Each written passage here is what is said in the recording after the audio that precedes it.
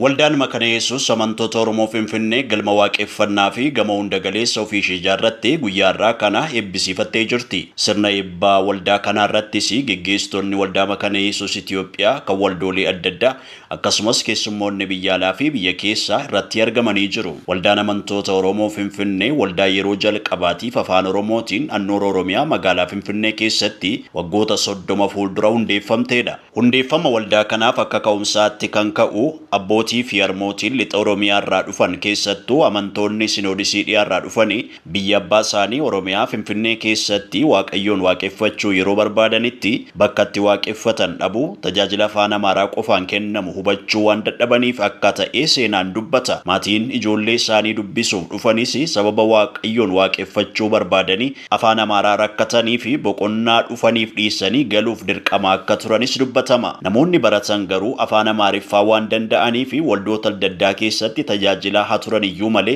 waa'ee maatii isaaniif dhiphachuu akkasumas dhimma eenyummaa isaanii isa Waaqayyo ittiin isaan uumes yaaduudhaan rakkoo kanaaf mari'achuuf kadhachuu eegalan. Kanarraa ka'uudhaanis mooraa Luwis Armes kan Sinoodisii dhiyaa jalatti bulu keessatti waaree booda namoota 16 wal gurmeessanii kadhachuuf mari'achuuf walii galan. Yoo nama 50 guunneef gaaffii ayyama waaqeffachuutti deemna jechuudhaanis waliif galan. Sana boodas nama 33 achirraas nama 106 ta'anii waaree booda Waaqayyoon kadhachuu itti fufan.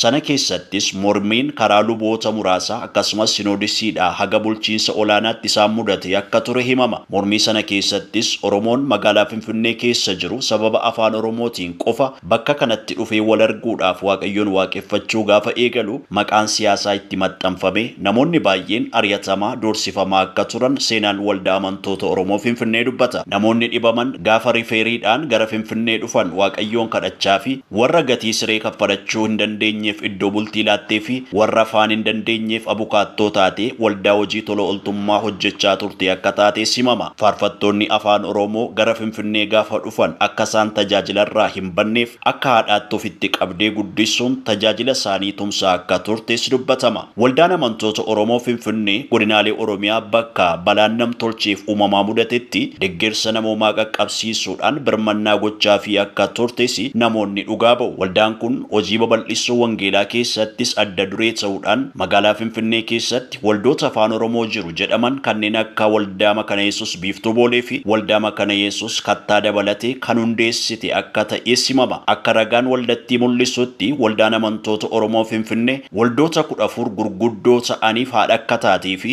yeroo ammaa kana immoo iddoowwan lallabaa biyya keessaaf biyya alaatti 43 akka qabdu dubbatama. Bu'aa bayii baay'ee keessa kan darbite waldaan amantoota Oromoo Finfinnee guyyaa har'aa kana gamoo hunda galeessa birrii miliyoona 100 walitti tilmaamamu ijaarte sirna ho'aadhaan eebbifattee jirti.